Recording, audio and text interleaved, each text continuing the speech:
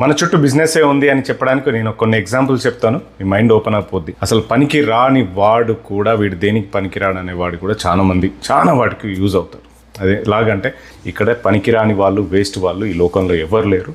ఎవరికొకరికి వాళ్ళు business create చేస్తూనే ఉంటారు. అసలు అడుక్కునే వాడు కూడా ₹1 స్పెండ్ చేస్తాడు.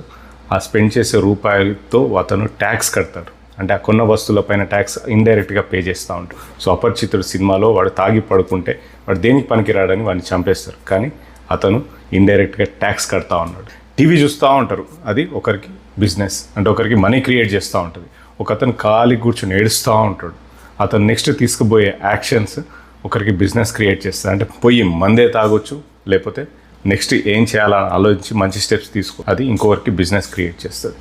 అలాగే ఒకరు పెళ్లి చేసుకుంటే అది ఒకరికి బిజినెస్ క్రియేట్ చేస్తుంది. ఒకరు అనారోగ్యం పాలవుతే అది హాస్పిటల్కి బిజినెస్ క్రియేట్ చేస్తుంది. పిల్లల్ని కంటే అది స్కూల్కి బిజినెస్ క్రియేట్ చేస్తుంది. మీరు బయటికి వెళ్ళాలి అన్నా కూడా షూ చెప్పులో వేసుకుంటారు, అది ఇంకొకరికి బిజినెస్ క్రియేట్ చేస్తూ ఉంటుంది. ప్రతిరోజు మీరు లేచిన దగ్గర నుంచి పడుకునేంత వరకు బిజినెస్ రిలేటెడ్ థింగ్సే చేస్తారు. రిలేట్ లేకుండా చేసే పని ఏ ఉన్నాయో మీరు ఒకవేళ కనిపెడితే కామెంట్ బాక్స్లో కామెంట్ చేసేయండి.